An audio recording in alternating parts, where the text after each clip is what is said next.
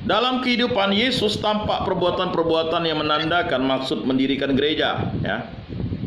Ia mengumpulkan murid-murid, tandanya bahwa ia hendak menyatakan suku-suku Israel dikelilinginya. Ya, 12 para rasul itu sebenarnya itu ada maksud dan tujuannya, itu menandakan 12 suku Israel sebenarnya. Ya. Jadi itu menandakan 12 suku Israel. Hal itu ternyata dari jumlah 12 yang menyatakan suku-suku Israel. Sesudah orang Yahudi terbanyak menolaknya, maka tetap ada padanya ke-12 murid itu. Yesus memilih mereka itu, bukan kamu memilih aku, melainkan aku yang memilih kamu. Yohanes 15 ayat 16. Nah itu tadi. Itu biasanya ayat kunci kalau penyuluhan saya tuh. Ya, Yohanes 15 ayat 16. Bukan kamu memilih aku, melainkan aku yang memilih kamu. Perjanjian baru ternyata karena Yesus merasa bahwa ia akan menemui atau memenuhi kematian. Karena banyak musuhnya. Ya, musuh Yesus banyak. Musuh Yesus itu adalah iblis, setan, yang bekerja dalam pikiran-pikiran manusia yang tidak mau dekat dengan Allah, dekat dengan Yesus. Bahkan nanti ada antikristus kan, ya. Jadi bahaya itu. Jadi kalau ada orang sudah dibaptis, dia sudah dibebaskan dari iblis itu, lalu iblis itu mengembara ke padang gurun, dia akan membawa 7 kawan yang kuat untuk mempengaruhi orang yang sudah dibaptis itu. Itu benar terjadi. Maka kita harus mengikuti kehendak Yesus. Ya kan? Doa dan firman itu, usaha dan pelayanan yang baik dan benar. Ya kan? Kemudian iman dan takwa kepada Allah Tritunggal yang Maha Kudus. Lalu jelas tabah dan setia mengikuti jalan salib Yesus Kristus. Ya. Perjanjian baru ternyata karena Yesus merasa bahwa ia akan memenuhi kematian karena banyak musuhnya, maka Yesus meramalkan bahwa ia harus menjadi hamba Allah. Dari Yesaya 53. Kematiannya untuk orang banyak itu menjadi dasar perjanjian baru atas dasar perjanjian lama. Nah itu. Jadi kematian Tuhan sendiri atau kematian Allah sendiri melalui Yesus Kristus itu adalah dasar perjanjian baru atas dasar perjanjian lama. Maka ditanya mengapa perjanjian lama itu sampai lebih tebal daripada perjanjian baru? Ya karena perjanjian lama itu adalah masa persiapan di mana Allah ya kan mempersiapkan bangsa Israel untuk menerima Mesias, ya, sang juru selamat itu. Tetapi justru ya para imam dan ahli-ahli Farisi atau ahli-ahli Taurat itu menolaknya karena apa? Mereka tidak ya pernah menyangka bahwa Yesus itu lahir di Yerusalem. Ya, bahkan Yesus itu dilahir di kandang yang hina, ditempatkan di atas palungan. Justru orang kafir yang melihat mereka raja Majusi, ya kan, asal muasal, ya kan. Orang Majusi itu kan orang dari Irak, dari Iran, Mesopotamia. Asal muasal leluhur mereka Abraham, ya, yang datang justru menyembah Yesus.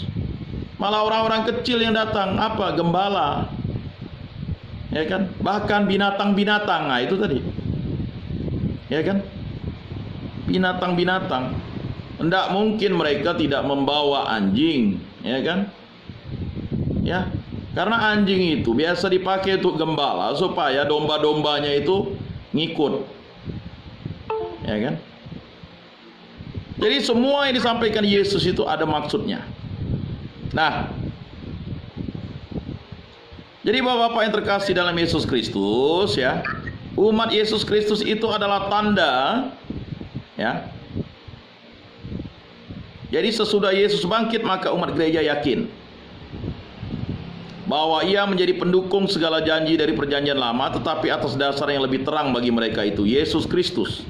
Umat Yesus Kristus itu adalah tanda yang didirikan di tengah bangsa-bangsa untuk membawa keselamatan. Nah, kita adalah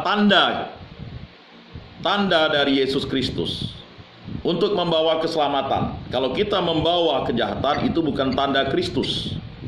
Berarti kita adalah tanda kutuk bagi orang. Sifat dari umat gereja diterangkan dalam kitab suci dengan banyak nama dan lukisan. Tetapi yang nyata terdapat satu umat yang didirikan Kristus yang menjadi miliknya. berhubung dengan dirinya, dengan aspek yang tampak dan tak tampaknya, yang harus kita pandang selanjutnya. Bapak-bapak, saudara-saudara yang terkasih dalam Yesus Kristus, demikianlah materi kita pada hari ini, bimbingan penyuluhan katekese kita. Semoga bermakna dan bermanfaat dalam hidup kita. Jika ada hal-hal yang kurang berkenan atau salah kata, saya mohon maaf ya. Masih ada waktu 15 menit. Kalau ada yang mau ditanyakan silakan. Kayaknya Pak Timotius Ngacam sudah mengangkat ini nih, mengangkat mic. Silakan Pak. Jelas dah. Oh jelas. Jelas dah. Oh sangat jelas. Pak Atis gimana? Mau bertanya? Oh Pak Atis mau bertanya nih, luar biasa. Silakan Pak. Ini pertanyaannya berat nih kalau Pak Atis nih nanya. Gini Pak, teman tadi Bapak bilang kalau di kamar tuh ngajaklah teman-teman untuk Berdoa. beribadah. Menurut saya Pak, itu memang baik, tetapi menurut saya karena kita nih semua orang dewasa, udah bapak-bapak, kita nih bukan lagi anak-anak. Kalau berulang-ulang ngajak-ngajak itu kan kita kayaknya tidak etis dan Iya. cocok lagi, kecuali yang diajak itu anak-anak kecil. Nah, Anak sekolah minggu ya.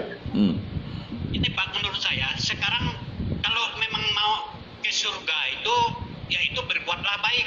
Oh. Karena kalau saya berbuat baik, ada teman yang tidak berbuat baik, di surga tuh tidak bisa kita gonceng-gonceng kawan. Oh. Lain kita ke Pontianak bisa kita numpang. Kalau mau ke surga tidak bisa kita numpang dengan kawan. Iya, iya. Selain dari perbuatan kita. Itu menurut saya Pak. Baik. Nah, Ya, baik. Luar biasa nih. Pak Atis semakin garang. Garang itu garam dan terang ya. Jadi begini Pak.